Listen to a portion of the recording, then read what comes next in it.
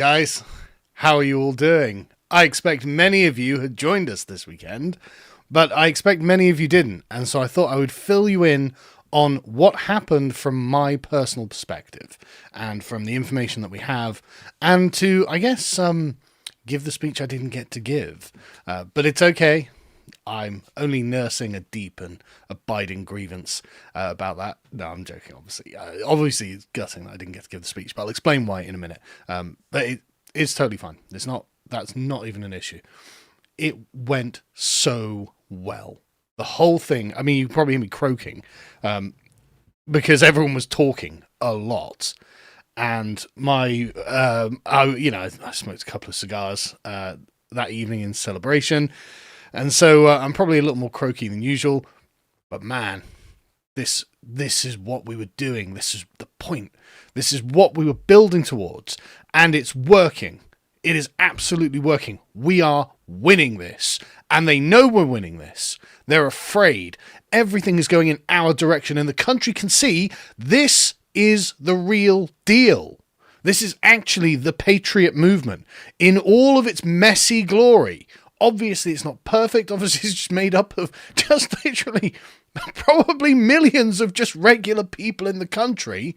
And man, we are doing it. We are actually goddamn doing it. It's so heartening. And you can see just how normal everything is becoming. Like, we are the normal people of the country. We are not the margins. We are not like the horrible barbarian masses. We are the law-abiding, tax-paying, like, decent human beings of this country, upon whose shoulders all of this rests. The entire country functions because we do what we do every day.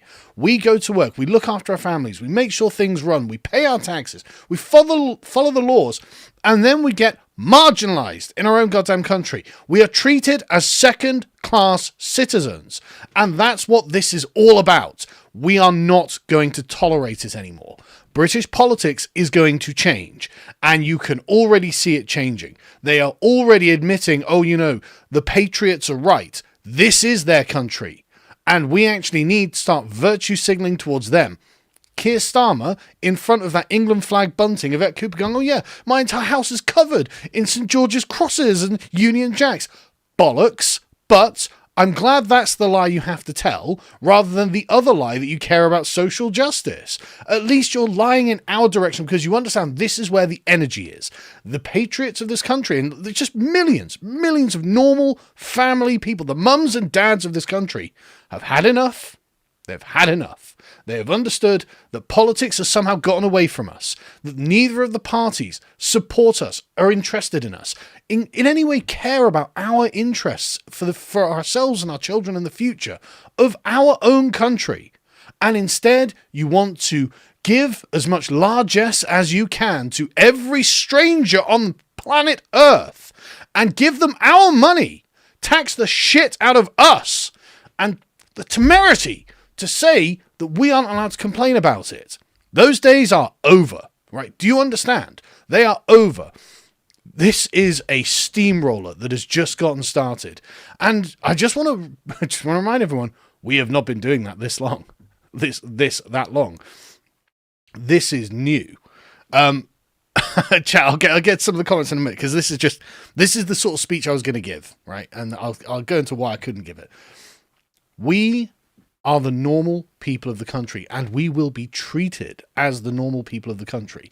You will understand that actually our word carries weight. The average person talks to one another, and we have had enough. We are not happy, and we understand that there is something deeply wrong at the root of our political system, because this entire event was the people versus the system itself. Not any one party, because you're all a reflection of the same problem. We know it is the system that is holding you all in place that is the issue, and we are going to break it. Do you understand? It is at the bond of every civic polity that, and I really mean this, the sentiment of friendship is the root of all political life. And there will be people say, what about the social contract? Well, start with, We don't have a social contract. So what exactly would we be appealing to? What, my constitutional rights? We don't have a constitution. Where is it? It's all in our heads. It's all in our hearts. And in Britain, that worked because we understood that actually we, the British people, own this country. This is ours. And if you're a British person, you have as much right to this country and to consideration and respect by the authorities in this country as anyone else. And that bond of friendship between the people, the institutions, and the state itself has been severed. That was taken for granted all the way through the 20th century. After World War II, there was a remarkable moral unity between the people and the state in this country. And so everyone thought, no, I can be, and this is what allowed us to be that gentle country, the homogenous, gentle country that we were, and say, well, we will just go and vote. We will just appeal to our local politicians and they will hear us out. And it began with Enoch Powell that people don't want immigration. People don't want immigration. And he listened to his constituents, honouring the oath that he takes as a parliamentarian to care about what his constituents say. And he came and said, well, listen, they don't want this. Nobody's ever asked for this. Something like 78% of people polled agreed with Enoch Powell. And the establishment have damned his memory ever since, because he did his job as a parliamentarian and listened to the majority concern of this country. And from that point onwards, the first crack in the system began. And you can see it now, widening and widening and widening. Oh, we need minority interests now. We need foreign interests, to the point now that after Tony Blair and all of his bloody human rights legislation, the quangocracy that rules over us is now handing out billions to strangers to just live here at our expense. And it is maddening, and we are going to have an end to it. We are going to have an end to it. Millions of these fucking parasites are going home. That's what's going to happen. Just be warned, this is what's going to happen now. So either the established parties go, yeah, you know what, we are going to have to send these fucking freeloaders home, or we will replace you with parties that will. That's what's happening. The British public is wide awake and it has a will of its own. Be warned, we are political. We are politicized. We understand it is the system that is the problem, and we are not going back. And man, if you thought that you could just ignore the fact that, think about Keir Starmer after the Southport massacre. He came out and didn't show any empathy for the pain of the rioters, for the pain of the people who had this building up inside of them for such a long time. He came out and just said, you are far right and I fucking hate you and I will put you in jail. We will have 24-hour courts. You will regret this, were his exact words. No, fuck you, Keir. You're going to regret this. You're going to regret all of it, right? We are going to undo everything you think you stand for, Keir. When we're done, there won't be legislation that you can appeal to for like child murderers in bloody Uganda or wherever it was used to do your bloody dirty work in, right? Getting them off the death penalty. That sort of stuff won't exist, and we will be hanging them in public. You understand me? We are bringing back the way this country ought to be, and we're not going to settle for anything less as well, by the way. We are going to have the country that we want for our children. That, I swear to God, you can feel the power that is being unleashed in this, and they can feel it too. And we're going to go through some of this as well. They can feel it too. I'm absolutely convinced that this is now an unstoppable juggernaut. I'm absolutely convinced that they know that the tectonic plates have shifted and there's no going back. There is no way that we are bending the knee to any of these leftist magic spells. Oh, that's racist. That's xenophobic. That's Islamophobic. Whoa. Call 2015 and tell someone who gives a shit. I don't care what you think of what we're doing. We are going to have it. This is not negotiable for you. We are going to have the future we want. And if you can't find yourself a place in it, then you can leave. You'll have the rest of the world, and millions of these people have other countries that they literally came from until like 10 minutes ago when you, for some reason, let them in against our will. We didn't consent to any of this. We are going to fix it all. And I swear to God, we are going to do it lawfully, democratically, and implacably. This is inevitable at this point. Just FYI to the entire political establishment. And you sit there in your ivory towers, like in their little podcasts where there's like Alistair Campbell and Rory Stewart. Oh, Kamala Harris is definitely going to win. Oh, Charlie Kirk wants to stone gays to death. It's like, listen, you liars. You lie to yourselves, you lie to each other, and you pour scorn down from your great height on the seething barbarian masses who are currently banging down the door and are about to come up that tower and defenestrate you. Okay? We have had enough. We are too big for you to stop. There is too many of us now. It's all gone far too far. And you have nailed your colours so firmly to the mast of the British people are the second-class citizens of Britain that we will not forgive you for what you have done. Do you understand? We will just give you the cold, expressionless face when you're like, excuse me, can I come in and give you some political... No, you can't. We're not interested in you. You are going to wither away into the irrelevancy that you actually are, but you don't understand because you're supported by these zombie institutions that themselves are collapsing. Do you understand? This is a sea change in the entire country, and I'm going to show you exactly what that looks like. Let's begin, shall we? Let's begin. Because this is the picture that came out of this march. Look at this picture. Now, this picture is from a chap called Alistair Hilton, who happened to be at the march. A lot of people have been reposting it without giving him credit, so I didn't want to not give him credit. But he assures us that this is not AI generated. He didn't do anything other than, I imagine there's a filter on it. But is this not the most heroic photo you have ever seen? There were others. There were really, really great others. This is it. We are going to win. There is no going back.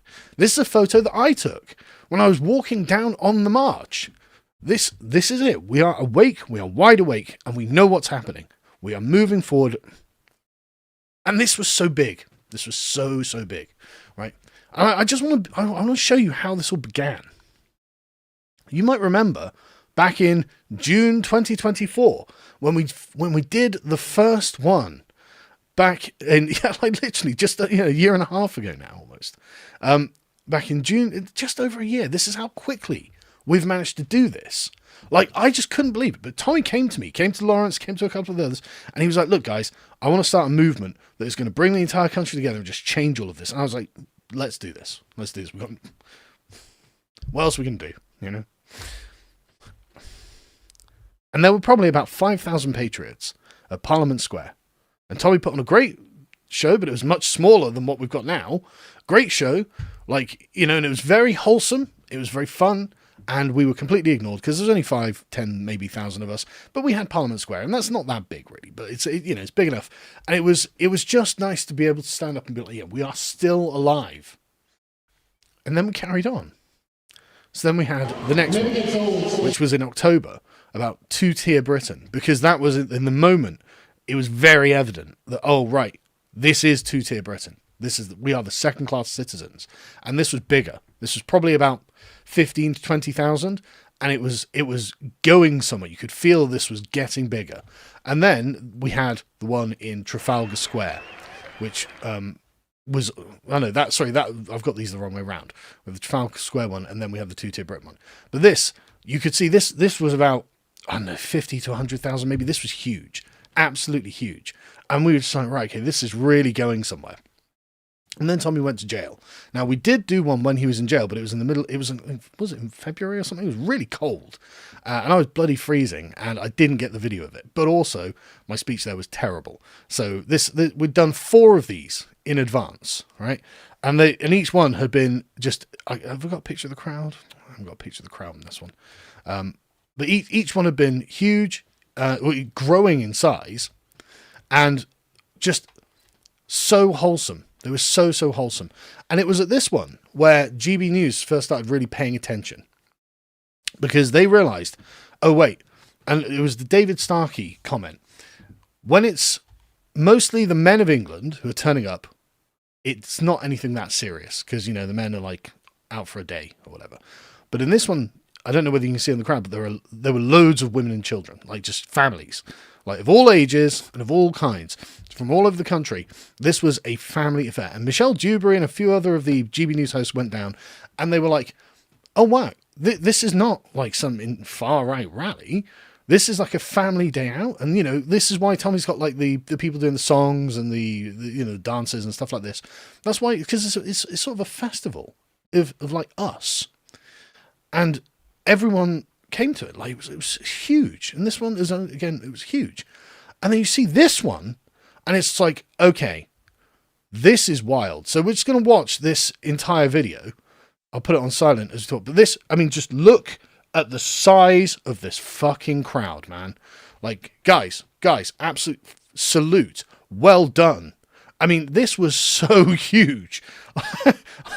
Look, the street is jam-packed with people, and it just goes on. This goes on from a helicopter for like 45 seconds, and you don't even see the end of it. And I swear to God, when I was there, it was amazing. And also, there's a lot to say, but it was like a who's who of the British right? Or, like every interesting person on the British right who's not like a mainstream commentator, like put on the ivory tower media, they were all there, absolutely there. And what was really great is that there were no arguments. I didn't see anyone having any kind of ego or beef with anyone else. It was nothing but love. And in the crowd, obviously the crowd, I bumped into Posey Parker because she's a fellow Wiltshire person, Lady of Wessex. And we just stuck together because she was on her own. I didn't want to just leave her, in the giant crowd. Not that anything would have happened, but she'd have been lost. And, but yeah, and then we marched with the crowd all the way to the stage, and then we went backstage. And so the whole time, it's just nothing but love. Everyone was happy, singing, chanting Keir Starmer is a wanker, just having a good time, chanting England. Like, it was so good. There was a guy walking near us who had his kid on his shoulders, just bouncing along. It was the most normal, wholesome thing you've ever seen, and it was huge. And I have heard from, like, friends of friends, and like, a friend of mine will come to me and be like, are you going to that Tommy thing? I'm like, yeah, I'm speaking at it. And he's like, all right, my mum's going to go to that. And I was like, good, she should. Like, she should go to it. Why shouldn't she go to it? You should go to it. We should all go to it. That's the point of these, is to show that actually we are aware of the state of our own country and the disconnect between the people and the government and the media class and the talking heads, the intelligentsia, the quangocracy, the every institution is against us. But we can see it. And, okay, we don't have that, but we have this. And quantity has a quality all of its own. You know what I mean? Like, this is us on the march, and we're doing it. And can you even imagine what politician in this country could get these kind of numbers out on the street? And the thing is, this isn't even the full scope, right? Because this is showing you away from Parliament Square and over the bridge. But at Whitehall, is it the name of the road? I think it is. That was completely full, right? And then there was a very small space called the sterile zone where all the police were. And then behind them, you had like the 3,000 Antifa commie demonstrators. The problem is, and I saw this firsthand, right? Because I was at the back of the stage, away from the sound and the noise, being interviewed for various little media outfits. And I saw that our guys were around there, and I was like, well, what are they doing here? And the police were like, well, the crowd stretches all the way around. And then it turned out they stretched all the way around even more behind the Stand Up to Racism protesters. And you'll find tweets of them complaining that the protesters, the rally, are kettling them in because we were so vast that we were just completely encircling the whole thing, including them. And so normally when we do this, they come up, we're there for like 4 or 5 hours. We're there all day with the stage, and then we're there prior. They go for like an hour and a half, 2 hours, have their little demonstration, and then they piss off because they're not really here. They're just here because they hate us. They're not here to actually do anything useful. But they weren't allowed to leave because, of course, the police were like, well, sorry, you can't go because there'll be a conflict between you. And that's when you see, like, you'll see little graphics of being like, oh, there's a conflict here, here, and here around the Stand Up to Racism protesters. Well, that's because our guys just completely encircled them. And the police were like, you just can't leave, obviously. You're just going to have to wait. And so they just had to sit there until we were done, which was hilarious. And a massive flex to show them who's really in charge here, all right? This is our country, not yours, you fucking communists. Get back in your box. We are tired of it. Anyway, to suggest that the crowd was 100,000, right? No, right? This crowd is about 100,000 because this goes on all to the right here and up the streets, right? This was 100,000, which is great, you know. This was only about 5,000. This probably about 50,000. I can't remember now, right? This, I would very comfortably, and I've always been conservative on my estimates, because of course, you know, everyone wants to blow the numbers up out of proportion, but that's not something I try to do. I really do try to keep the numbers as realistic as possible. And after having been in the march, after having seen it all, seen all the helicopter footage, I would comfortably estimate somewhere between 500,000 and 1 million. I honestly think you could reasonably say it was minimum 500,000, maximum 1 million, and it might be more than that. I don't know, but I wouldn't want to estimate that. I mean, I don't think the 3 million is accurate. I think that's probably too high. But I think between 500,000 and 1 million is not only a credible estimate, but it's also unbelievable in many ways. As in, who could have imagined that Tommy would get a crowd, not just Tommy, the lot of us, you know, but it was led by Tommy. Tommy and us would get a crowd like this. Who would have imagined? Like, we knew this was going to be a big one, right? And everyone could feel the tension in the air, right? And this is why you had people I love, like Neil Oliver, being like, look, man, I think this is going to be some sort of psyop, maybe, or like, you know, there's going to be a false flag or something. And my wife she could feel the tension in the air. She was really nervous about me going to this. And I was like, you know what, darling? I'm confident we will do a good job. I'm confident everyone will behave themselves. They'll know their place. And it will go great. And it absolutely did. It went brilliantly. Absolutely brilliantly. And I swear to God, it's one of those things where you're just like, you had to be there. You just had to be there to feel it. Like there's some kind of psychic energy that was just filling the entire center of the city. You could feel it was electric. And you're walking through and you realize that, oh no, we all get it. And of course, when you have numbers like this, you have a handful. I mean, it's literally, Sadiq Khan tweeted out, there were 9 arrests made today. 9 arrests in this crowd? Give yourselves a fucking round of applause for only 9 people arrested.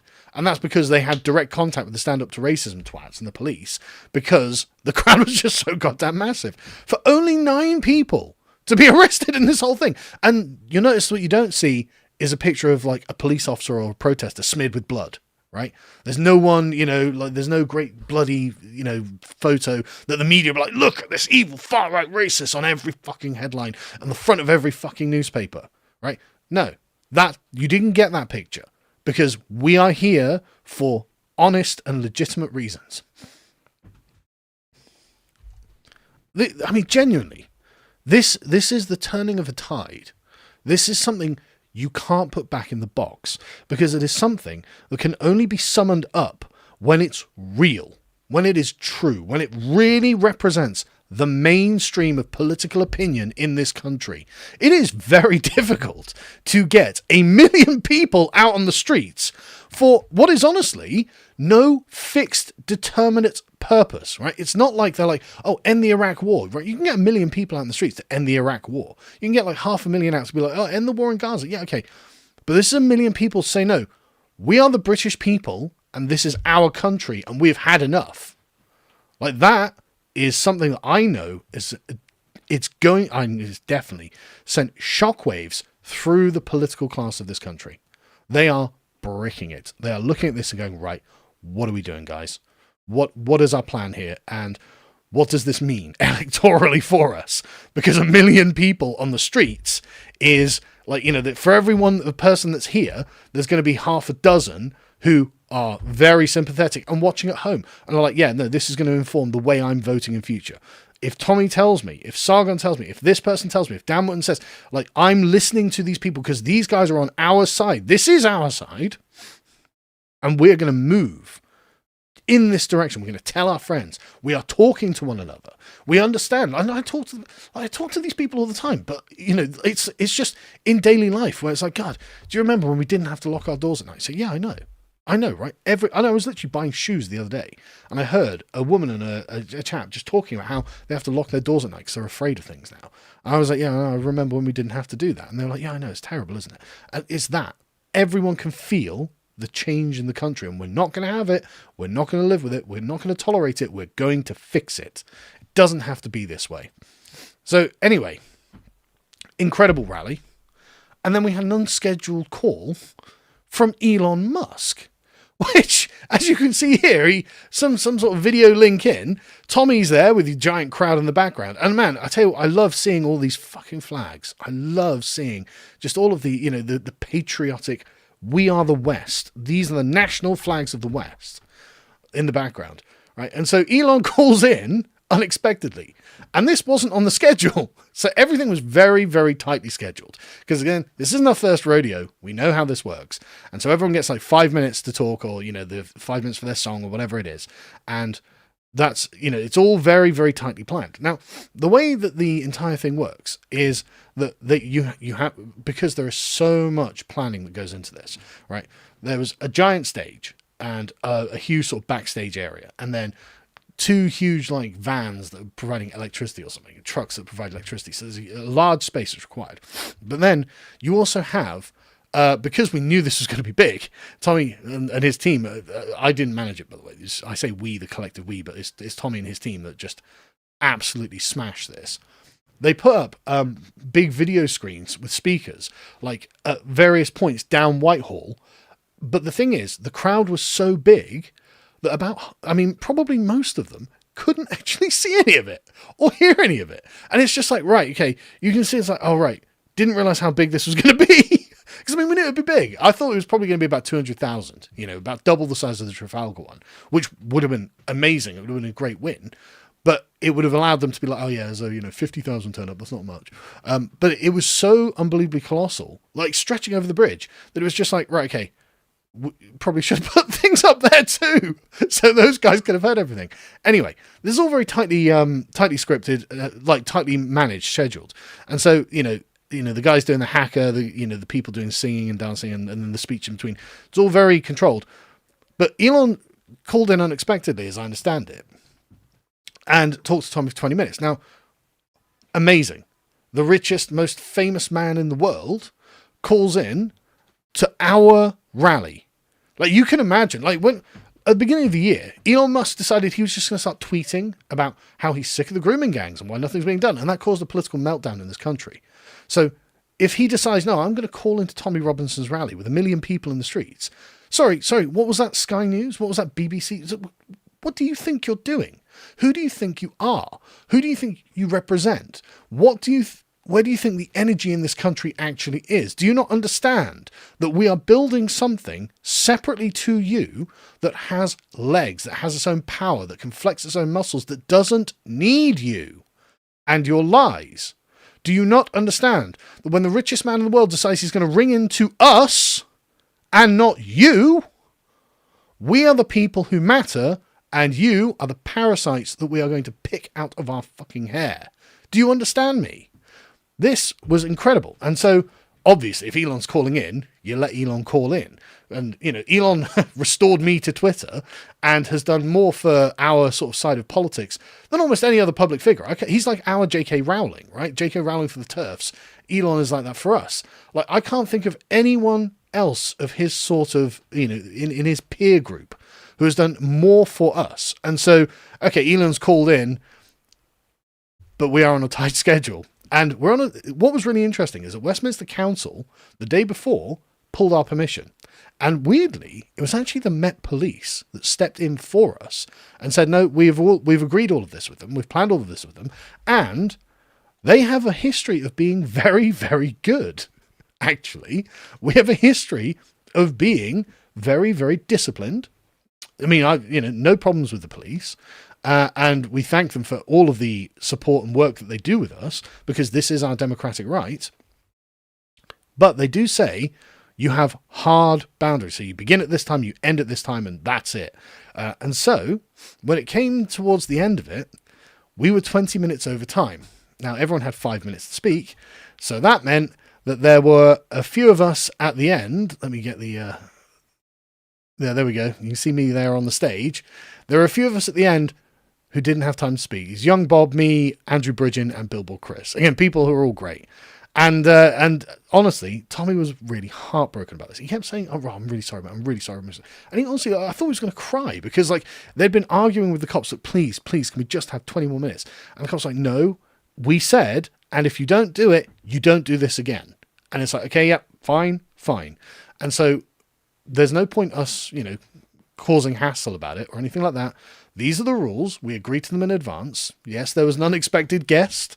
But I'm not complaining about the unexpected guest because I would rather it that I give my talk here, and that I guess the beginning rant, the sort of first 10 minutes of it is what I basically would have said on the stage. Because the thing is, what I've learned from all of this, don't script it. It's never as good script. Just talk. Just say how you really feel. And I learned this from Katie Hopkins, actually. I watched her at a talk, a UKIP talk, many years ago. And I've been trying to emulate her style ever since, actually. She's a very good talker. But you just speak as you really mean it. And that always comes out best. So I didn't have anything exactly written down, but I was going to say the sort of thing that I'm saying now. Probably I would have used slightly more like conversational language than I've been using here. But that's, neither here nor there, right? But the point is, that's why you didn't get my my speech.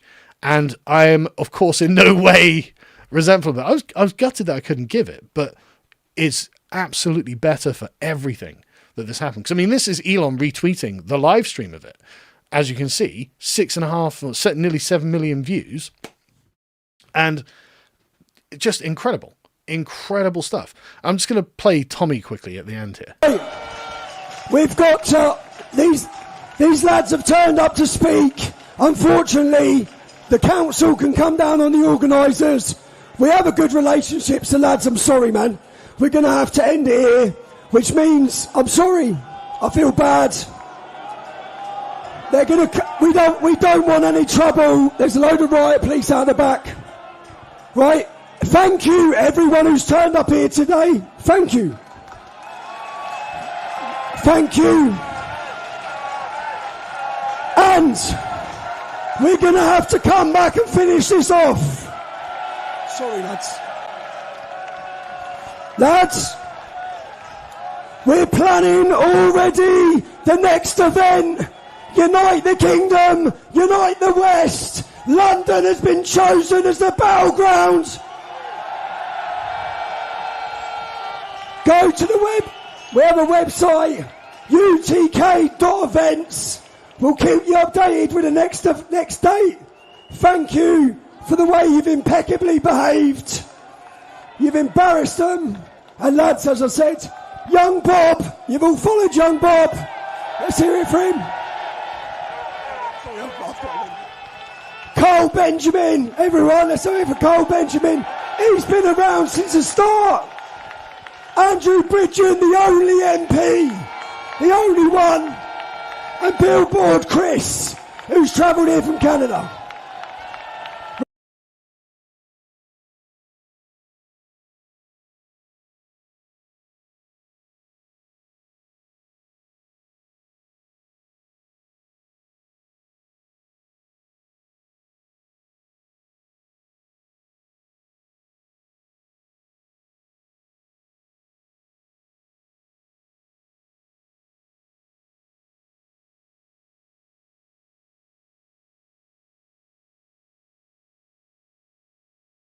Sorry.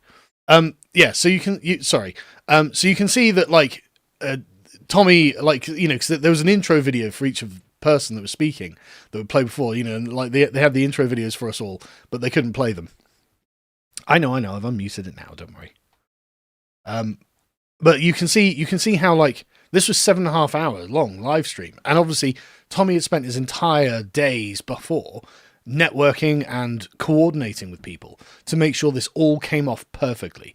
There, like, and this is an amazing technical achievement. Just to be clear, right? To have, like, again, the speakers going down the road and stuff like that, so everyone, not everyone, so people towards the back of the crowd could at least hear something, was incredible.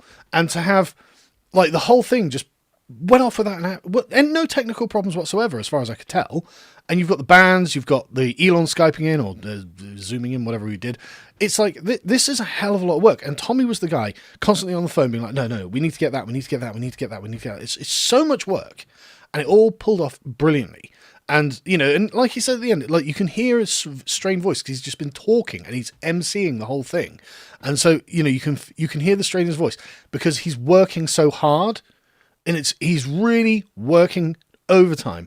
And then it all comes together and bam, it is just the greatest thing I've ever seen. It is genuinely the greatest thing I've ever seen. And you just compare it to, like, Nigel Farage's Reform Conference. It was like, you know, the last day of a Butland's holiday. It's like, what are you doing, Nigel? You know, this is authentic. This is real. And this is badass. This was cool. This was amazing to watch. It was glorious. And for some reason, Nigel's been totally silent on it. It's like, Nigel, why aren't you here with a million people in the street? Why aren't you here, man? What are you doing? But anyway, the point being, you know, like, you can hear Tommy apologizing in that as well. So, I'm sorry, lads. I'm sorry. Like, mate, it's totally fine. It's totally fine. The whole thing, what matters is the movement. What matters is everything went fine. And what matters is that Elon Musk called in, man. That's what matters. You know, people can hear from me any day. You know what I mean? But, you know, the thing that matters is that this works. We are winning. And let's go on to how they're feeling it, man. They are absolutely feeling it. So this is what we were looking for, right? This is the win. Now, like I said, the other one, the Trafalgar one, Michelle Juba and a bunch of the other GB News commentators were present, and they were like, oh no, this is actually really nice and really normal. It's like, yeah. But GB News is obviously quite sympathetic generally. You know, they are a centre-right outlet, and they're obviously sympathetic to, you know, they're obviously patriotic people. So it's not unexpected to win those guys over, and we've already kind of done that by showing, look, we're not insane, you know, fascist radicals or something. What we are the normal husbands, wives, fathers, daughters, sons of this country, and we're sick of this, and we're not having it. And it's this that we were aiming for. Trevor Noah on Sky News the next day. Look at this headline. The most alarming aspect of the event was just how normal the vast majority of the marchers were. Yes, we are the norm. We are not far-right, extreme, fringe radicals. We are the norm, and we're taking over this country. I'll let you listen to the whole of this.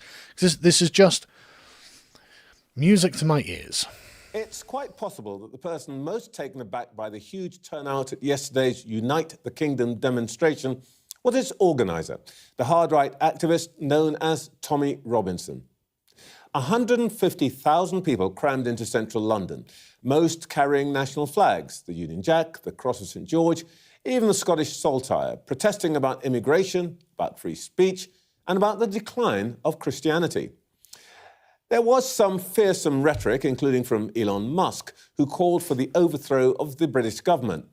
At the margins, there was some hooliganism.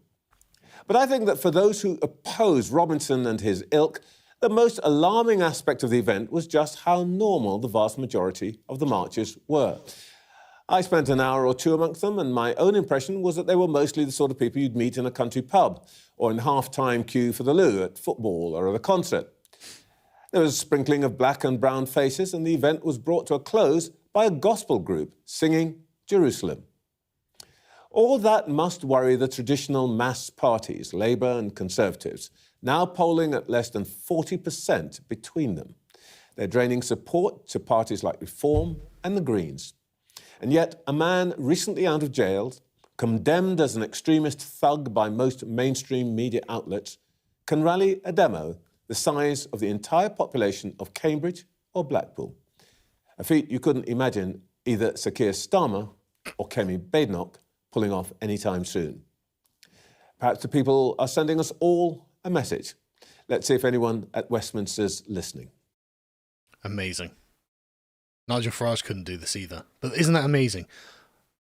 And the number of 100 to 150,000, that's the official estimate. But obviously you guys saw the actual footage of the, where is it, the helicopter going over. You saw the actual footage of all of this. So we know that this is way more. I mean, this was 50,000 at least, but 50 to 100,000, I would guess. And so we saw the actual footage, and they've always, and we've been doing these sorts of rallies since 2017, but the United Kingdom one specifically began in 2014. And they've always underplayed it, right? So when we'd get 10,000 people out, they'd be like, oh yeah, they had like 3,000 people. You know, we get 20,000 people out there, but oh yeah, 5,000 people. We get 50,000 people out there, okay, they got 10,000 people. And so now we get 1 million people out, a credible estimate. They're like, well, it's 100,000. But what they can't deny is that this is a lot. Even if it was only 100,000, that's still a lot of people, but this is clearly more than 100,000. And so they are understanding now that actually things have changed. This is getting out of their control, and they're not sure what to do about it. And so you get, like, you know, liberal commentators who are just like, sorry, can we just sort this out? Is Tommy Robinson and his movement now representative of the right in the United Kingdom? Is he someone I and others should regard as an example of mainstream right-wing opinion, yes or no? And I was just like, yes, obviously. Obviously. As Trevor Phillips just put it, none of the others could do something like this. Obviously, Tommy Robinson and us and all of the people on the stage, we are the mainstream right-wing opinion in Britain. This is what most people in the country think, which is why we can get 1 million of them out on the streets just to say, screw you. Yes, we are the mainstream. Get it through your thick skulls. The sort of like liberal concessions that Nigel Farage has to make when he goes on Sky News or wherever, these are all things that are outside of what we believe and what we actually think, what most people actually hold. And I imagine that he's just being kind of cowardly and just kind of genuflecting to you because he's just, I just don't want trouble when I'm in a studio surrounded by a bunch of wokies, right? Yes, Dan, we are the mainstream right opinion. You are a fringe leftist. Be aware. Like, this chap, apparently more than 100,000 people are at the Tommy Robinson March in London today.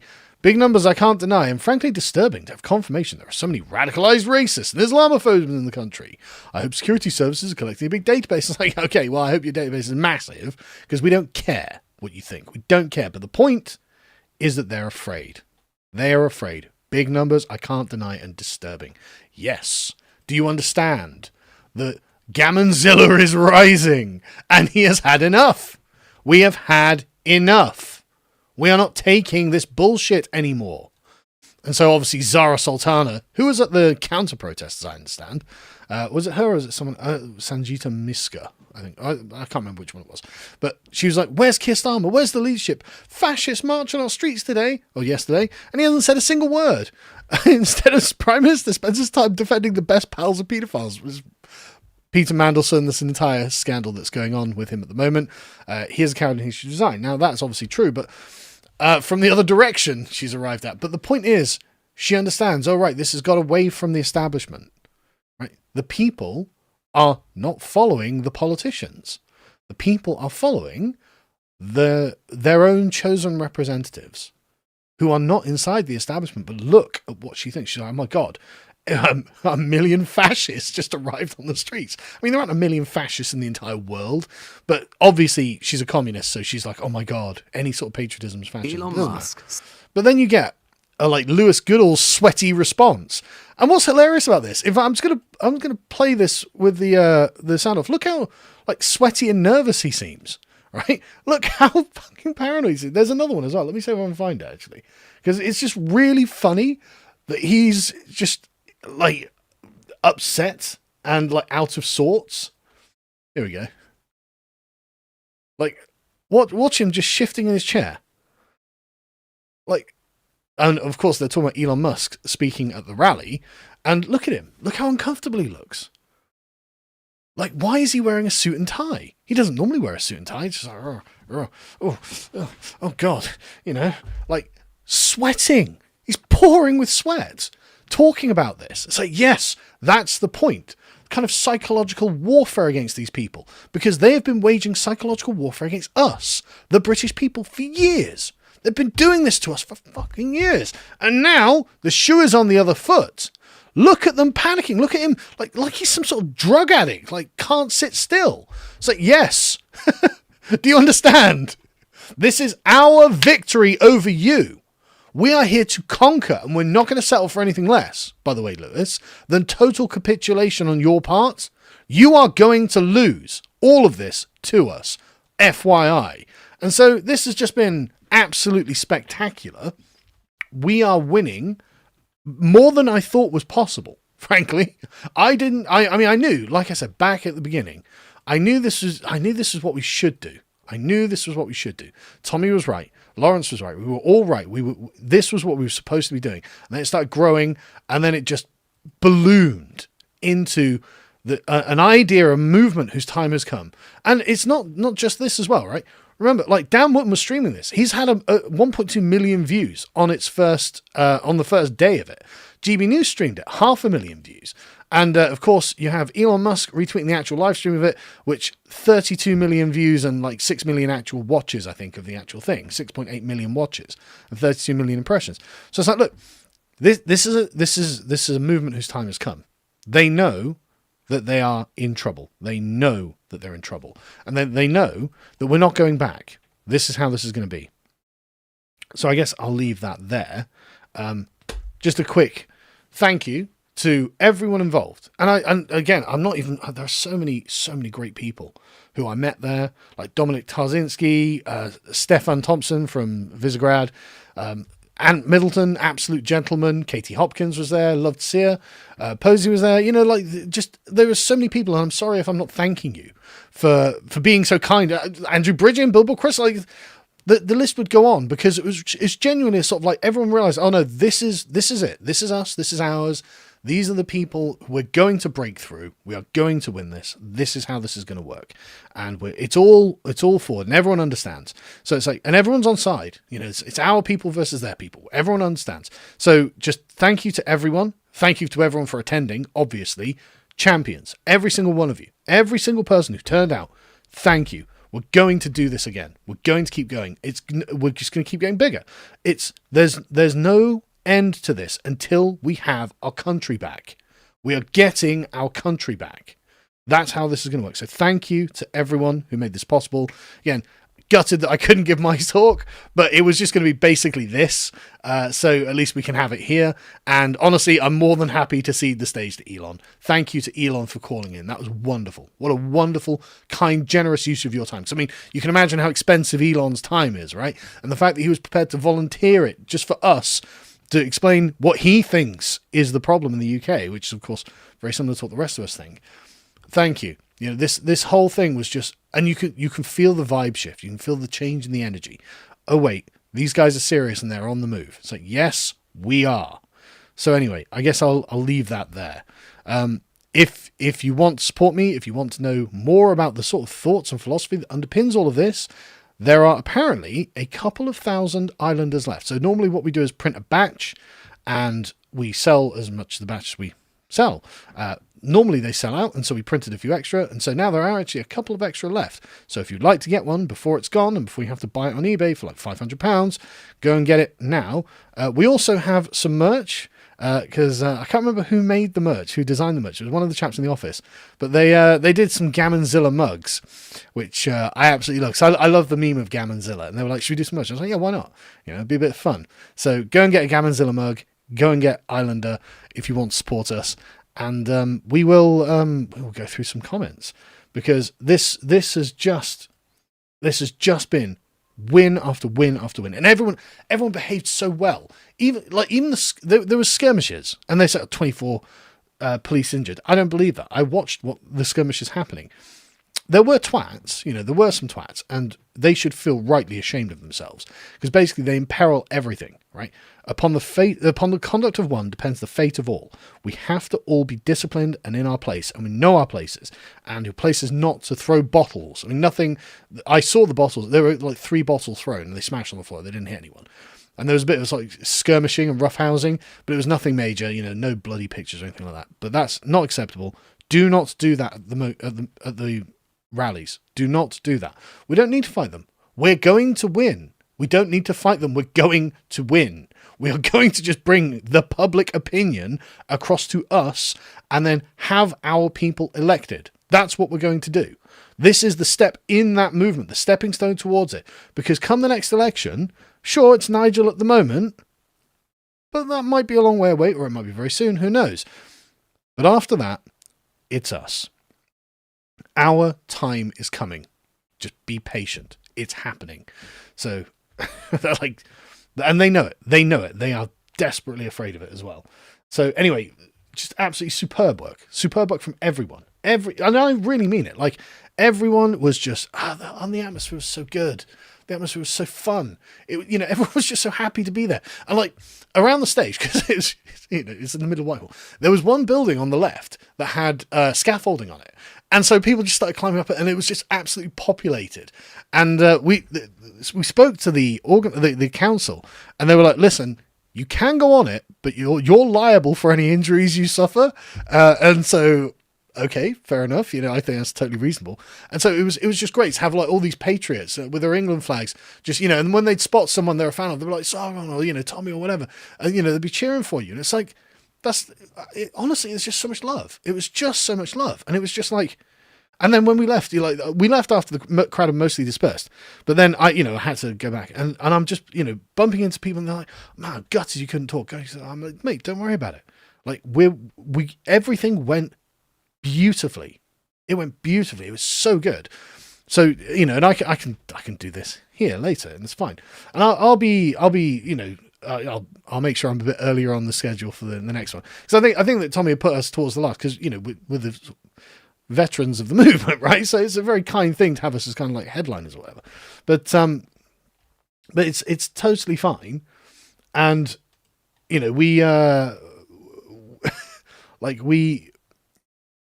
it's not something we need to, I don't know how to describe it. Like, be precious about, right? Right. Okay. I'm trying to find where the super chats are, but I think YouTube have somehow moved it.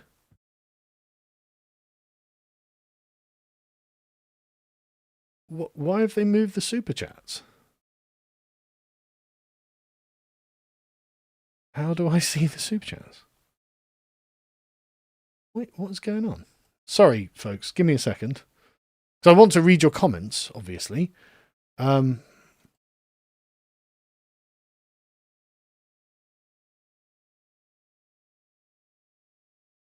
Okay, why can't I see?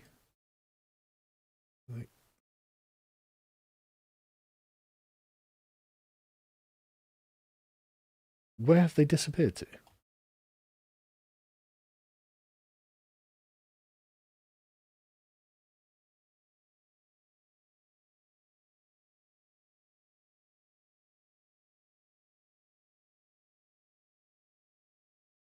Am I gonna have to get it up on my phone?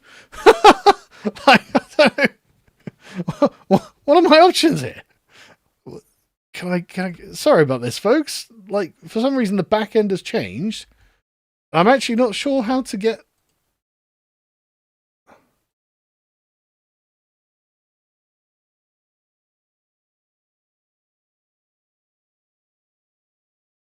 No, it's not where it normally is. I swear.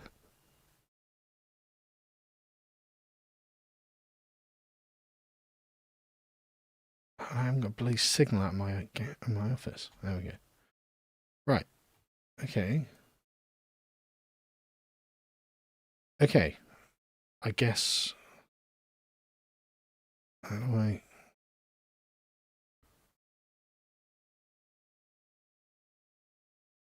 Oh my god, I'm really sorry about this. I don't know how to access them. This is ridiculous.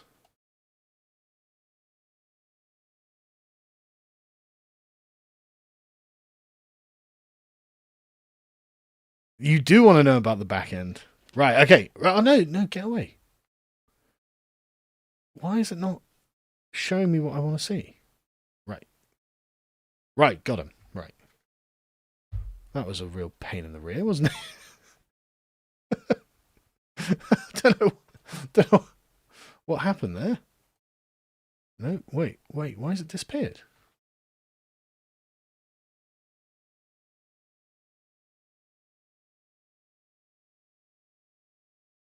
Right.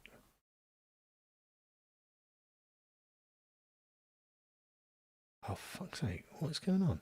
Sorry. YouTube's backend has never been that flawless. Right.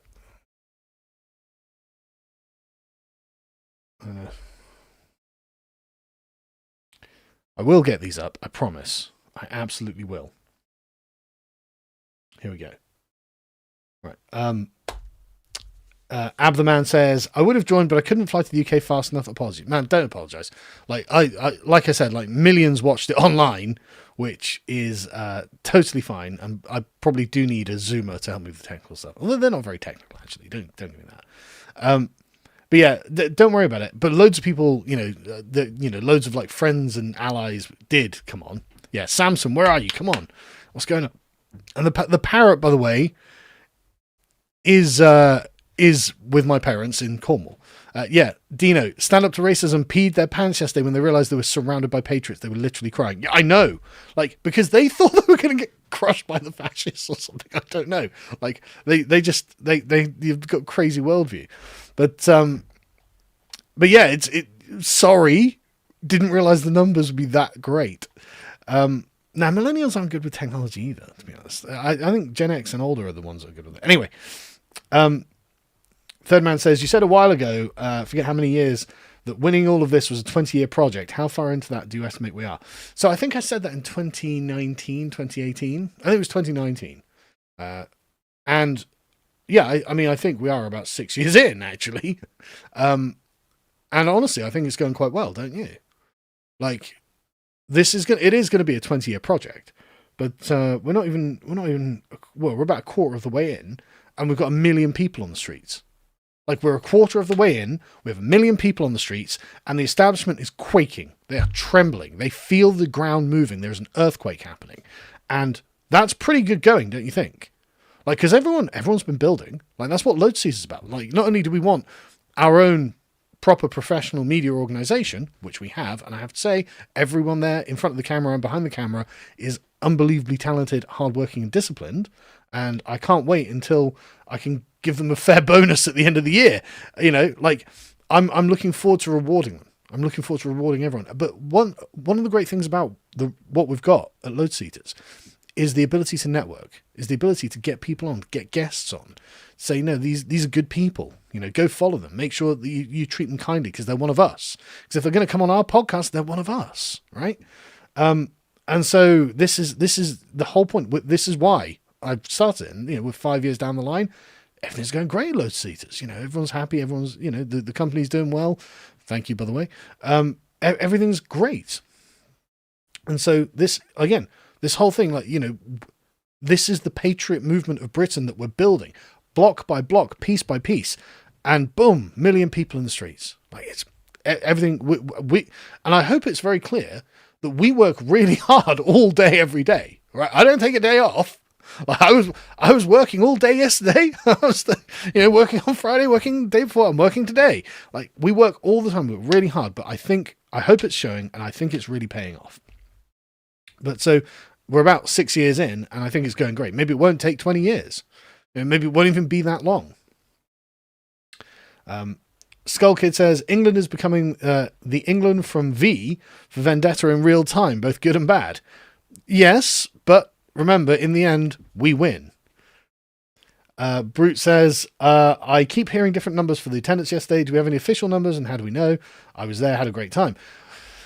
Well, I mean, estimating these things is always difficult. You can probably get some AI to, like, calculate how many people are in a certain area and then grid it. Their official numbers, 115,000, 120,000, and Trevor Noah said up to 150,000. But honestly, I just think it was way bigger because I was there. I was watching all the footage and stuff, and it was just the scale of the thing, like all around the area in Parliament. down around those roads, around the race, stand up the raising process, then all the way back across the bridge, and God only knows how far. Like I genuinely think it's reasonable to say 500,000 to 1 million. I really think that's reasonable. Congrats on getting this on YouTube featured status. Am I? I didn't know that. How do I find that out? So I'm just gonna see if I can see myself. Where do I find that? I don't even know where that is.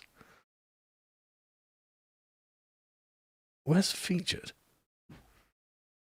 I don't know where that is, so I don't know how.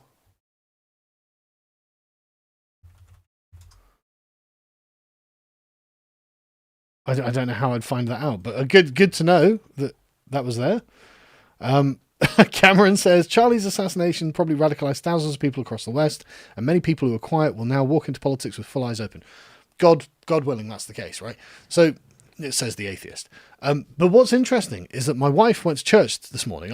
I was away, so I got back this afternoon. So obviously I didn't go, but she was. I'll open a private browser and hit YouTube. Right, okay, that would assume that I know how that's done. But my wife went to church with the kids this morning. She was like, this place is packed with young men. And I was like, wow. And she was, yeah, I reckon this is the effect of Charlie Kirk. Because, I mean, seriously, like, normally there's probably about 40 people in the church. It's quite a well-attended little church, actually. But she was saying there's like 80 people in there, most of them young men. And it's like, right. I mean, I really think, and she's convinced, that this is the effect of Charlie Kirk's death. That it's genuinely got loads of young men to be like, no, I'm going to church. I'm just going to go to church. I guess we'll find out like next week when I actually go back to church, how many of them have actually taken that seriously as a habit that they're going to take on in their lives. But that's an incredible thing, isn't it? Like say, oh, Charlie Kirk is, it's an American thing. No, not just apparently. Not just at all. Wait, Islander up. But so yeah, that's remarkable. And again, like, let the left be horrific about Charlie. It like they are doing this to themselves. They are getting the response that they are expecting and they deserve. Like, just I'm personally not arguing the toss with them. I'm not trying to persuade them not to be evil.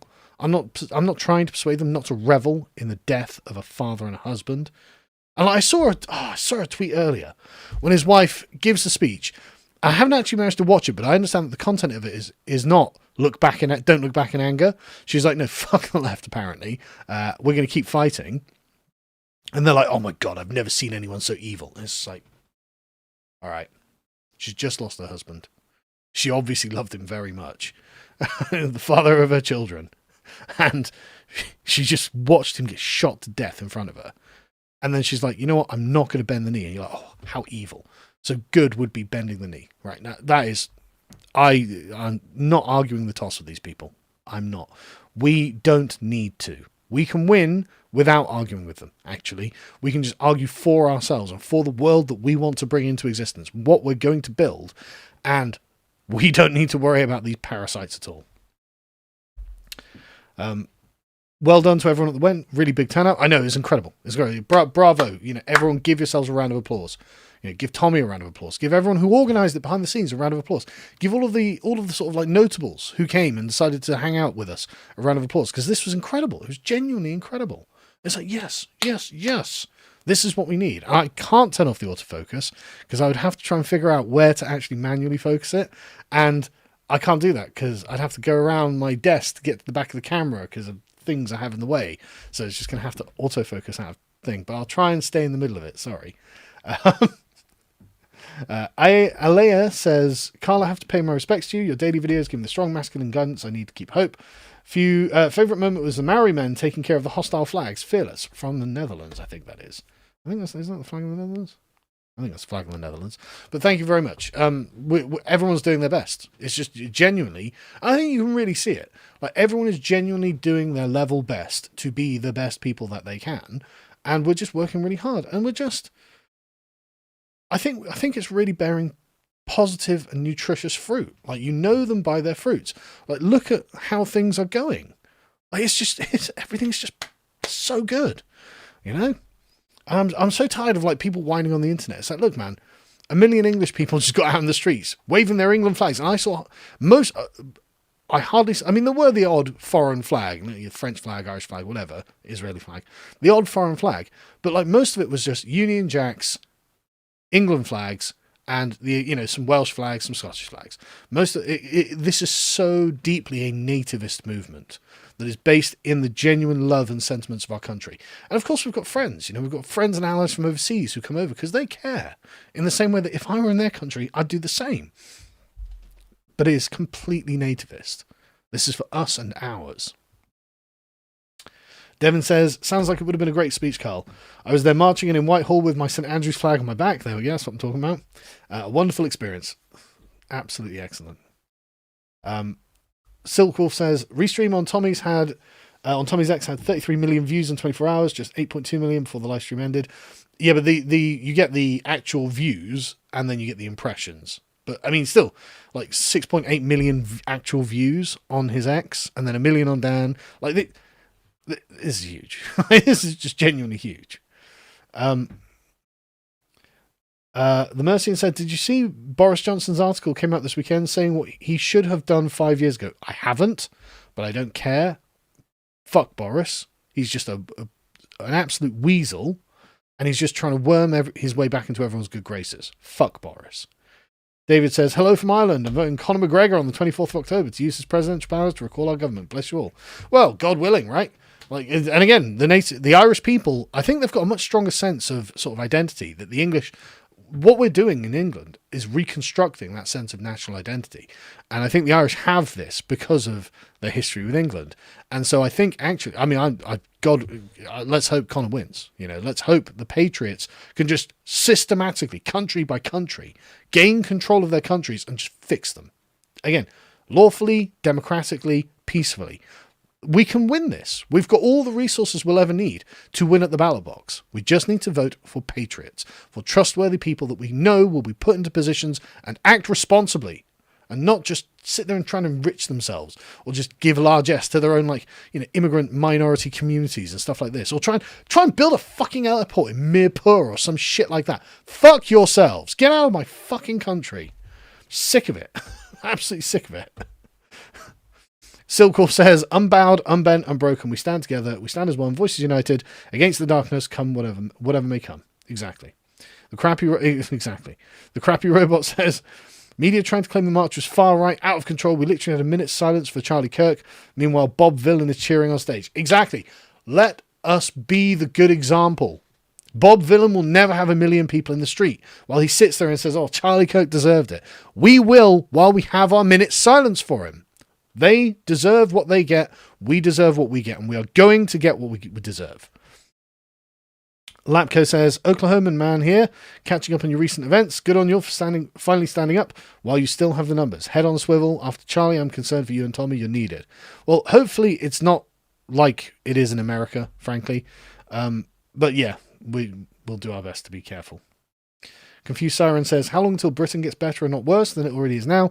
Well, it's still going to be a few years because we're using the system, right? We can use the system and we will use the system because in Britain, we are not bound by a constitution that was written down in stone and unchangeable for all time. Like the Parliament is actually the instrument of government in this country. It actually can do what it wants. It's just the politicians have got no will to do anything with it. But if you got 350 patriots who were elected across the country, they form a government and they say, you know what? It's done. We are going to just reshape this entire country to how we think it should be. They could do it. They easily do it within 5 years. Easily. And we can just make it happen. And then when things start getting better, why would you vote for anyone else? Why would you ever vote for anyone else? What am I not voting for the 350 patriots who are going to fix the country? Of course I'm voting for those guys. Of course I'm voting for those guys. So it's going to be a while. It's going to be another few years. Again, I said 20-year project. But this is year 6 and we're doing great. We're absolutely doing great. So, do not worry. We are going to win. We are going to win. We've got nowhere else to go. Like all of these other people, they have other countries they can go to. Like even the left, they could flee to America and, join some fucking leftist think tank and, have careers in retirement, basically, work for Meta or something, you know what I mean? But we've got nowhere else. There's nowhere we can retreat to. So we are going to win because we have to win. Let's Be Honest says, please stay safe, continue to spread the words of common sense, and boil the rest down to what it is.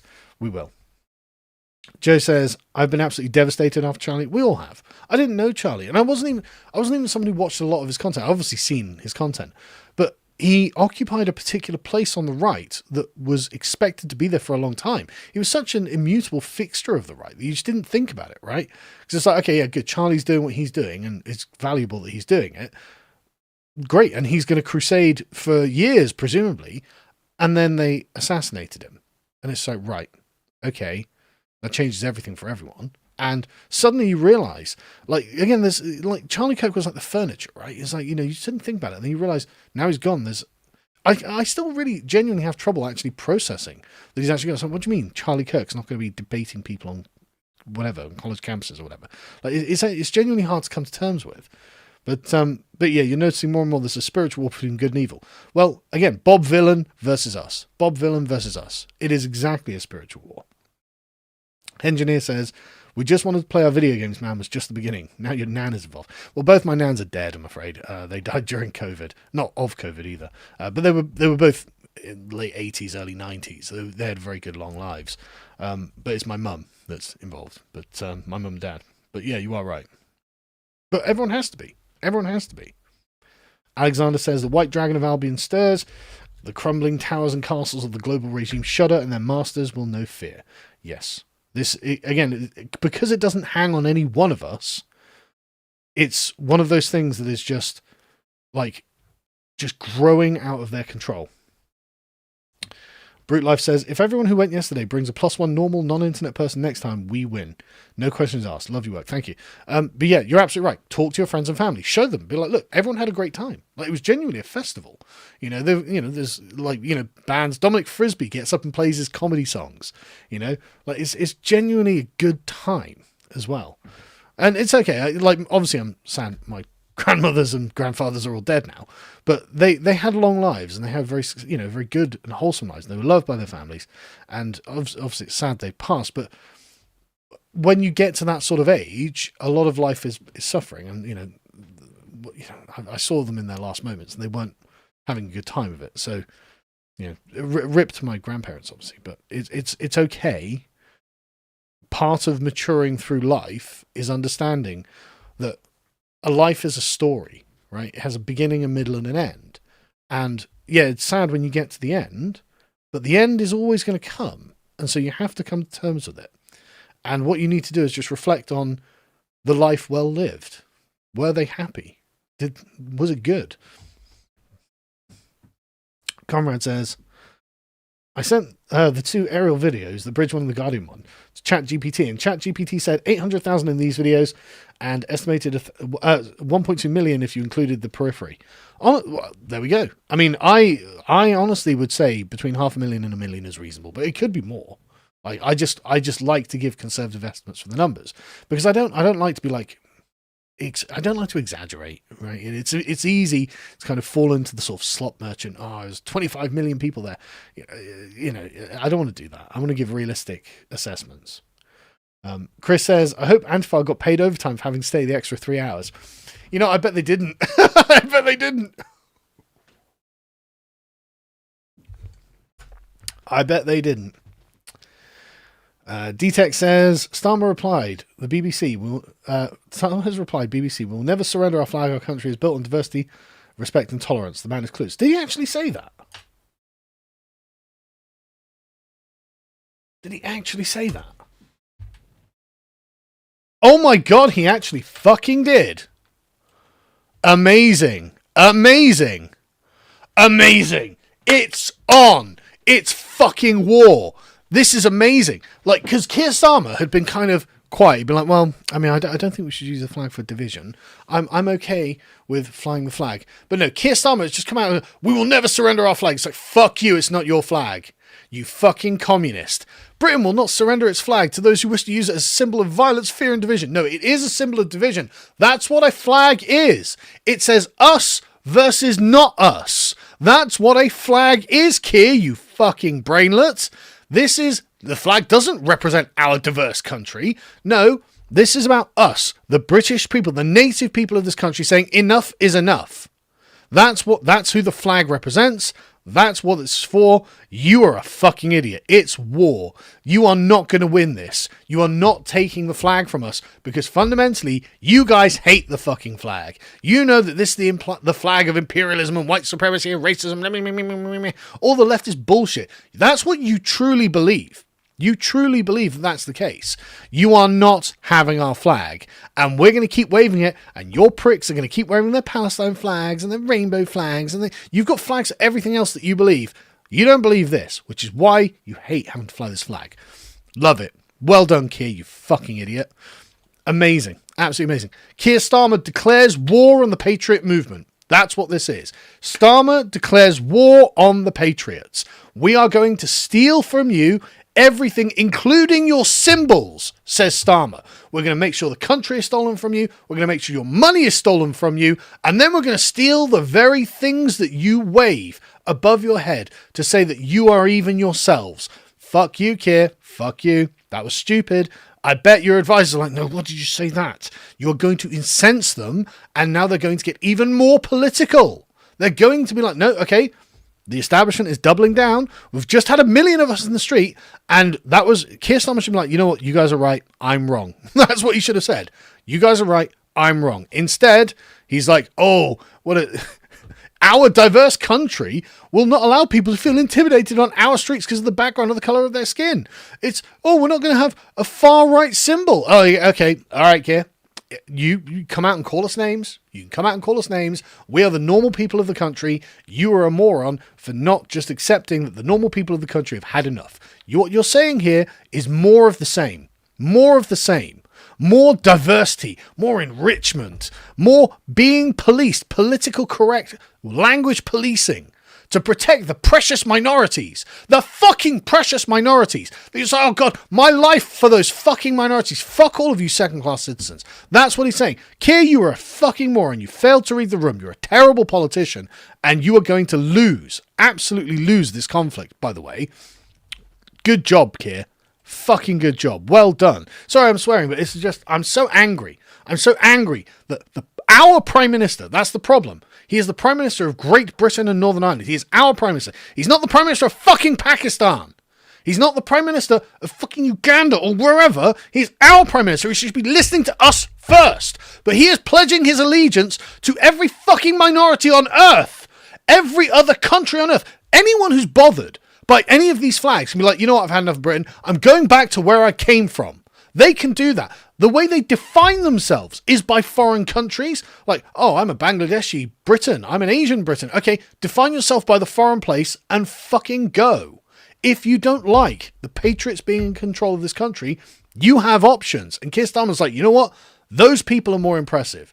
Those people are more important. Those people are the people I pledge my allegiance to, not the people of Britain who have had enough. Good God, Starmer, this is so stupid. You are just guaranteeing our victory with this. So I should thank you, really. I should thank you. But I'm so incensed that our entire system is constantly turned against us all day, every day.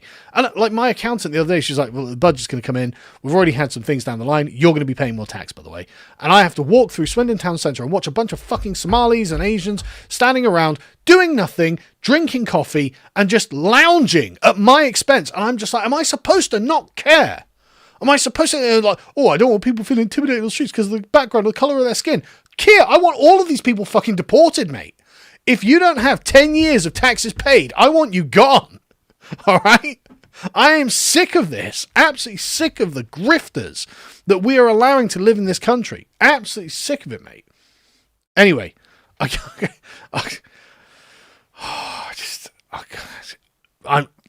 how could you, in the face of 1 million people saying they've had enough, not get it? I mean, that's how remote he is, right? That's the ivory tower effect. He's like, well, I guess there are 1 million racists on the street who just hate people because of the colour of their skin, as if anyone hates anyone else because of the colour of their skin. Why would you care about the colour of a person's skin? It's obviously not the skin colour that a person has. It's obviously not like, oh, this person's from Timbuktu. Oh, God, I just arbitrarily hate people from Timbuktu. There are reasons for all of these things, Keir, you moron. Like nobody's just hateful. Like I'm sick of being taken advantage of. I'm sick of having my just grievances denied because you're there going, oh, that's hate, that's hate, that's hate. Don't care. These words don't work anymore. These people are going home. Go away. You are losing the next election, and you know you're losing the next election. You are not taking the England flag. You are not taking the St. George, the Union Jack. You are not taking any of our things. You take enough. We have had it. End of story. Sorry, I'm going to stop. I'm going to carry on because I do have to go and do stuff with the kids this afternoon. But I'm just so. I can't believe I can't believe this was a response. Amazing. Anyway, Greg for $100. Thank you, man. Carl, when you announced your European MP candidacy, I sent you a super chat announcing the long march to 10 Downing Street has begun. Do you remember that? I'm afraid I don't remember that because that was a while ago and a lot has happened. But it won't be me in 10 Downing Street, but it will be one of our guys. It will be one of our guys. It'll be someone who's like, a fan of ours and is in one of our people who's going to get there. And they are going to do the right thing and they're going to fix this country. This is going to happen. Duncan says, do you think people in the UK should report the people who celebrated Charlie Kirk's assassination to the police? Well, the police won't do anything. They not only can they not do anything, I don't think it's crime. I think it's just vulgar. I think it's disgusting. I don't think it's going to happen. So there's no point really. And honestly, I don't want to do anything with them. I just observe. This is what you're against. Just allow it to steel your resolve. Allow it to harden your heart. It doesn't matter what they call you. It doesn't matter what they say. They will cheer when you're dead. Just do what you think is the right thing. You don't have to listen to these fucking idiots, these fucking lies. Oh, violence, fear, and division. Sorry, violence, fear, and division. You just shocked Charlie Kirk. As like, I'm not even having this argument. The argument is done. You guys are wrong. We're right. We're going to fix the country. End of story. Piss off. Resistance GB stuck on the other side of that police line behind the stage and has footage. The Met was struggling as they guarded the leftists. Well, I mean, good. Oxidor sends $10 for future good works. Thank you very much. TK sends $100. Thank you so much, man. My buddy Penoid News 123 has been trying to have a conversation with you for a minute. Love what you're doing. I'm not familiar with that. I'll see if I can.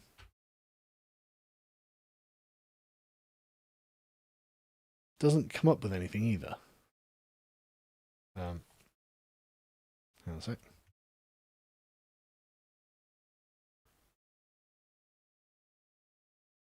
Says this account doesn't exist. I think you may have misspelt it. But thank you, and I would seriously like. That's what you sent me. Penoid News 123. I just copy and pasted it. So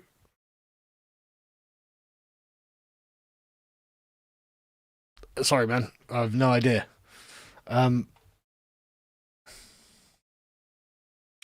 Anyway, Spinner says you could have helped us in Bradford in the 1980s. Now down south, it's your turn. Well, I was a bit. I was under 10 in the 1980s. Proud load seater, and even though you ignored the North, I fight alongside. Dude, we don't ignore the North. I mean, we understand what has happened to the North, man. I think, God, we've been covering the grooming gangs for so long, man. Like, we're not in any way ignoring the North. I just view the country as a unitary whole at this point. No, it is England itself, and then Wales, and then Scotland, and Great Britain. It's the whole thing. Like, when we do not ignore the North, we're doing everything we can. It's just a lot is happening everywhere. And like I say, I would have been a kid in the 1980s, so not like I could do that, I'm afraid. But thank you, and thank you for the support. And trust us, we're going to fix this entire country. Like, this isn't like things are bad in Swindon, but it's not. I'm going to fix Swindon, but it's not. That's not the extent of what we're going to do. We're going to have an entire beautiful country that looks like the Shire after we scour it. Okay, it is going to be wonderful in England and Britain once we win. The whole country is going to be wonderful, and people will come. Tourists will come. They'll be like, "My God, this is the most beautiful country I've ever seen, with the most intelligent, prosperous, polite people in the world, just like it ought to be." And people are like, "Wow, England really is a jewel. Britain is a jewel in the crown of the nations of the world." I'm like, yeah, it is. And well, that's how we're going to fucking keep it. So our grandchildren can live in it. Toxic says, glad to have been there. Shame I didn't meet you. Wow, it was a bit big, wasn't it? I saw no trouble, just happy and peaceful with families. I ended up sitting to the side to avoid the crush, and the police were itching to start something. To avoid a crush. Yeah, I mean, when you've got crowds of that magnitude, like, you're always going to get one or two prats. But it really is, it was such a small thing. So I was actually, like I said, I could see it because I was at the press area just doing some interviews, and I could see like some twats being twats. I was like, oh, fuck, don't. And basically, we got someone to run to the stage, and Tommy was like, don't do anything. Stop it, from the stage, because that was the only thing we could do. Because I would have gone over there. If I had a megaphone, I would have yelled at them through the megaphone, but I didn't. And so I was just like, okay, I can't, it's too noisy to yell. But yeah, nothing of note happened negatively. Absolutely nothing. It was really minor. Jefferson said, I've gone back and followed your journey after the fact. You did right to build your own way. Buy an England flag, buy an English flag for your English flag. Well, I mean, I've got it up there, haven't I? Don't need to do anything more. Lapco says, I demand proof of life video for my parrot. It's not mine, it's my mum's, and it's down in Cornwall. Next time they come up, I will get a video with it. Scrimpo says, what up, white boy? Heard your homies have been parading around your block waving flags of Britannia. Good for your gang, bruh. Your ass finna have mo ops dough. I don't know what that means, but thank you. Sean for $50 says, God bless you all from the USA. I won't tolerate anyone putting down the British, but us Yanks. All in good sport, of course. Well, of course. Big Mike for £20. Thanks, man. If you are winning, why do you guys run scared of debating Muslims like Ali Dower at Leicester Square?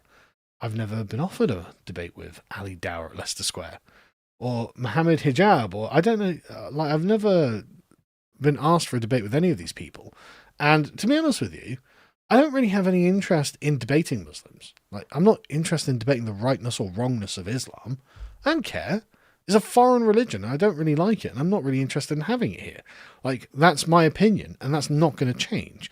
So I don't need to debate any of these people, and why would I? They can go debate, not Leicester Square, Speaker's Corner, all they want, but I'm not interested in debating Islam. I mean, of all the religions, Islam's the most ridiculous.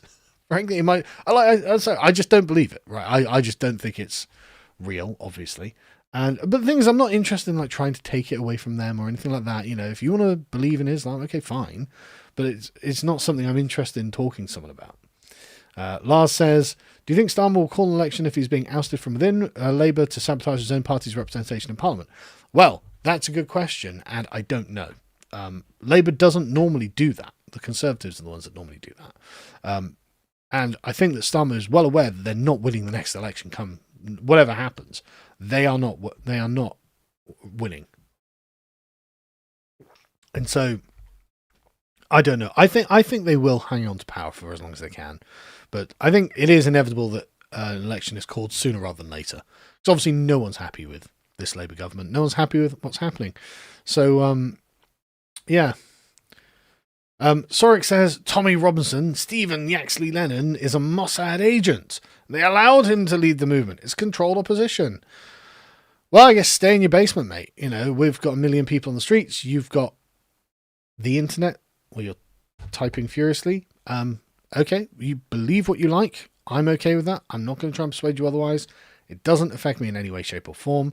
We are actually doing things. You are not doing things. So you either understand your place in the hierarchy, in the way that this all works, or you can just resentfully complain on the internet. It's your choice, and I'm not here to persuade you not to, because I'm confident that this is the right way that we can actually persuade the British public opinion over to our side, normalise us because we are normal, and win through the ballot box, get the government we actually want, a government of patriots, and actually legally, lawfully fix the country. I'm sure that this is the way to do it. And I don't think there's any problems with that. I think this is inevitable, frankly, at this point. And so, I mean, complain about that all you like, not my problem, mate. Buy yourself a better camera with proper autofocus and not on crack. The camera is actually really good, right?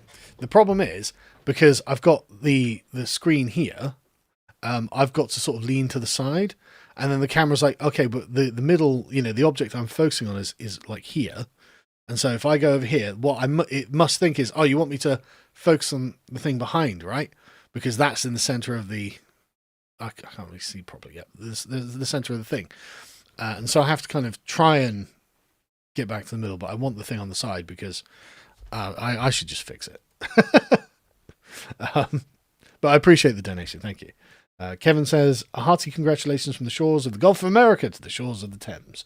Never give up. The world sees the righteousness of your cause. Yeah, I know. We're obviously right about this. We're obviously right. We obviously deserve this. Wobro says, cheering your fight from the US. Take Mike home. There are a lot of these messages, so I'm gonna skip over a bunch of them. Sorry, but I appreciate that. Hackerson says, V for Vendetta. People should not be afraid of the governments. Governments should be afraid of the people. Well, you know what? I think that is what is happening here. I think this is Keir Starmer acting out of fear. Now, this I haven't read through this yet, so I've only seen the first couple of things. But this kind of response is not the response of a man who's confident that he's got things under control. He's now decided, no, I need to attack the rally. I need to attack the movement itself because I've decided they're bad people. It's like, okay, well, that's not good, is it? Right? That's not good for anyone, really. But I think it's especially going to be bad for you because, like I said, we are the people of this country and we have nowhere else to go. So maybe you might want to consider that opposing an idea and a movement whose time has come is unwise. But I guess you can be a beautiful loser in the end of it, right? GB News covering the death of a boxer instead of this. During the collapse of the USSR in 1991, the TV played ballet for 3 days. Did they? I mean, they streamed it on their YouTube channel, so there is that. Yeah, stuff you won't like Tommy Robinson's Cash from Israelis. Maybe. I haven't got the receipts, and I don't really care. Like, I'm seeing lots of British flags, I'm seeing lots of Union Jacks, I'm seeing lots of English people, lots of British people out in the streets because they want a movement that is pro-British. Like I don't care about online things when it comes to this. What is real is what matters here. And you've just got to come to terms with that, man. And if you don't like it, then just don't get involved. It's like, go start your own movement, I guess, go start your own one, see how that goes. I think this is the thing. I think this is the way that we win. So, and Big Mike, I'm just not interested in debating Muslims. I'm just not interested. Like, there's no point. You're never going to persuade the Muslims. And it's not like millions of people are converting to Islam in Britain. Because obviously they're like, yeah, foreign religion, don't like it. It's irrelevant. Like, they don't reason themselves into being Muslims. They believe it because they're raised to believe it. So leave them to it. Next time, get knights in glorious armor on horseback. I mean, that would be cool. Be a lot of work, though. Quite black-pilled. Don't be quite black-pilled. Rip Charlie, Crisis King, we will never surrender. I cancelled Apple TV and will now be giving $10 a month to Turning Point USA for the rest of my life. Please donate if you're able and keep the faith. Well, I heard that they had something like 18,000 new chapters opening, or requests to open chapters. As in, loads of people all over the world were like, yeah, no, I'm opening a Turning Point USA chapter. So, excellent. Excellent. Because, I mean, if it wasn't, I think a lot of people forget, if it wasn't for Charlie Kirk, there basically would be zero right-wing presence in universities. If it wasn't for Turning Point USA. And this is why when they were like, oh, can you come over and do an event for us? I was like, yeah, sure. No. And I never got paid for any of them. I never asked for any money from any of them, Like, they'd pay for the flights to go there. But, like, I never asked for, like, money to be paid to do it because it's part of the cause, right? You work in, you're helping everyone out. And so it's 36,000 now. Fucking hell. That's good, though. Come on, lads. Patriots just marching everywhere. We've had it. Absolutely had it. But, yeah, I never asked for money because I was just, happy to be doing my part. And, I mean, I remember doing one with Milo, and it was in a bloody massive American gym, and it was packed. And it was just like, you could feel the energy. It was like, yeah, this is a real insurrection. And this was before Milo got cancelled. And he was in peak form as well. It was really, really good fun. Really good fun. But yeah, no, so yeah, like, Godspeed, Turning Point USA, obviously. And yeah, rest in peace, Charlie Kirk. But that this is what Charlie would want, right? If someone had asked him in advance, Charlie, if you die, what should we do? He wouldn't be like, look, just go into deep mourning and pack up Turning Point USA and just pack it in and just give up. He would say the opposite. He'd be like, look, win, get out there and win. Use my death as a turning point, as a catalyst to look, there were lots of other people in the gym. It wasn't just me and Myla. Use this as a catalyst to get out there and goddamn will win. And you know that's what he would say. And so that's what we've got to do. We've got to go out and win. And we're going to. Do I support Advance UK over Reform? Well, I mean, I'm not pinning my colours to any party yet, but I'm glad that Advance exists. If nothing else, as like in the same way that sort of like, you know, Corbyn's your party pressures the Labour Party, right? So we need to know that there is a vehicle for us when the time is to get in and drive it is ready. So well done to Ben Habib for getting that done, and they've got more than 30,000 members now, which is superb.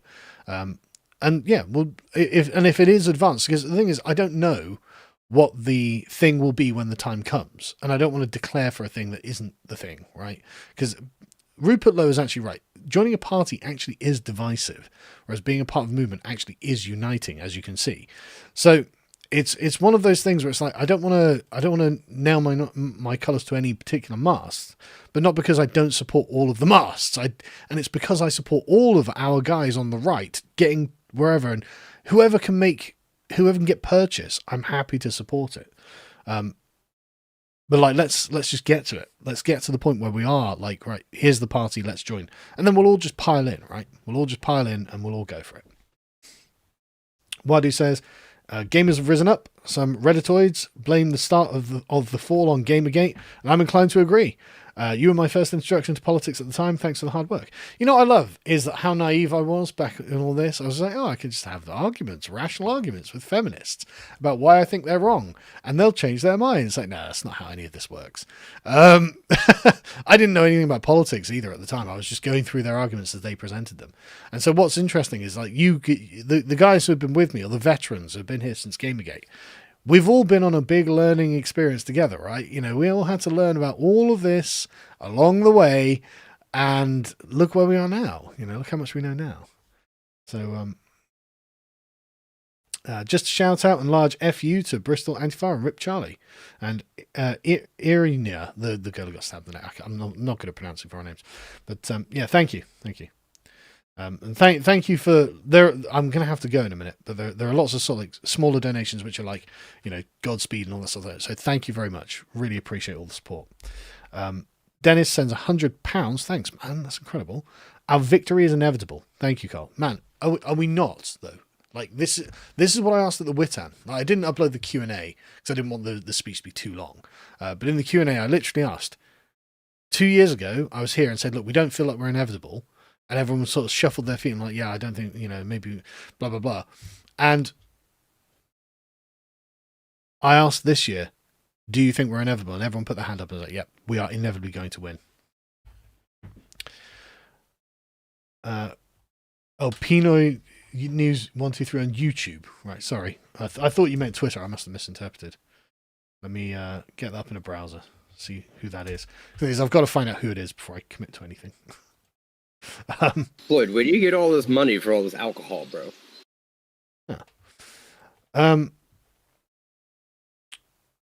But thank you so much, guys. And Big Mike, stop talking about Islam if you don't want to debate it. Well, I can talk about whatever I like, actually. And I don't care if you think that they would embarrass me. That's fine. I'm not. And apparently Ali Dawah and they're not Muslims. Okay, well, whatever, man. I don't care. Like, I'm not interested in debating the merits or demerits of Islam, because this is not the time. But anyway, thank you guys for joining me. This has been such a cathartic stream for me to do. There we go. There's been such a cathartic stream for me to do. Like, because obviously I got totally blue-balled on Saturday, which again, it's fine. You know, it's totally fine. It was disappointing. I won't lie. I was like, oh damn. I prepared for this. You know, I've been itching for this, you know, ever since Tommy got out of jail, and he's like, guys, we're on. It's on. I was like, fucking brilliant, you know. But it's Elon. What are you going to do? I'll go and tweet angrily about it because Elon restored my Twitter account. I'll tweet angrily at Elon. Elon, I thought you said you were going to come on my podcast. But yeah, no, joking aside, the whole day went spectacularly. It went so good. I'm just so thrilled. I love that Elon zoomed in. Like, you know, however he did video LinkedIn. I love it. It's so good. And I really want to emphasize, everyone just behaved so well. Like, and everyone, there was so much love in the backstage area. Like, there was just, everyone's like, oh, I know that guy. I've seen your videos. I follow you on Twitter. I've seen your, you're on TV or whatever. I've read your articles. And so there was just so much love in the backstage. I didn't see any beefs. I didn't see anyone not getting along, And like Dan Mutton did a thread of him just like smiling with all of these people. And it's just like, yeah, look at this who's who, man. And everyone did a great job. Everyone was really lovely. And it couldn't have gone better. We couldn't have asked for better. And the size of it. And of course, it provoked Keir Starmer to come out and condemn us and declare war. And Keir Starmer is against us. But, we're going to win. St. George is with us. How could we lose? Thanks for joining me, folks. Like I said, if you want to support, go and get the last of the issues of Islander. I don't know how many are left. So if you go and get it and it's out, I'm really sorry. But there are some left, I understand. I'm given to understand. So do get it where you can. Or get yourself a Gammonzilla mug. Again, if you want to support Lotus Eaters, that's a really good way of doing it, because that means you get something from us. And we actually, we can make money in this environment that Keir Starmer will fucking tax us for. But anyway, that's another story. But anyway, yeah, go get Islander, and we will see you very, very soon. I'm not on the podcast on Monday, but of course the chaps will be on, and they're going to go down more, the reaction to all of this. They're going to cover, I don't doubt they're going to cover what's happened. They'll probably go into Keir Starmer's reaction in more depth than I have, because I've only just learned about it. But yeah, so I'll see you on the podcast on Monday, and have a great rest of your Sunday, guys. Take care of yourselves.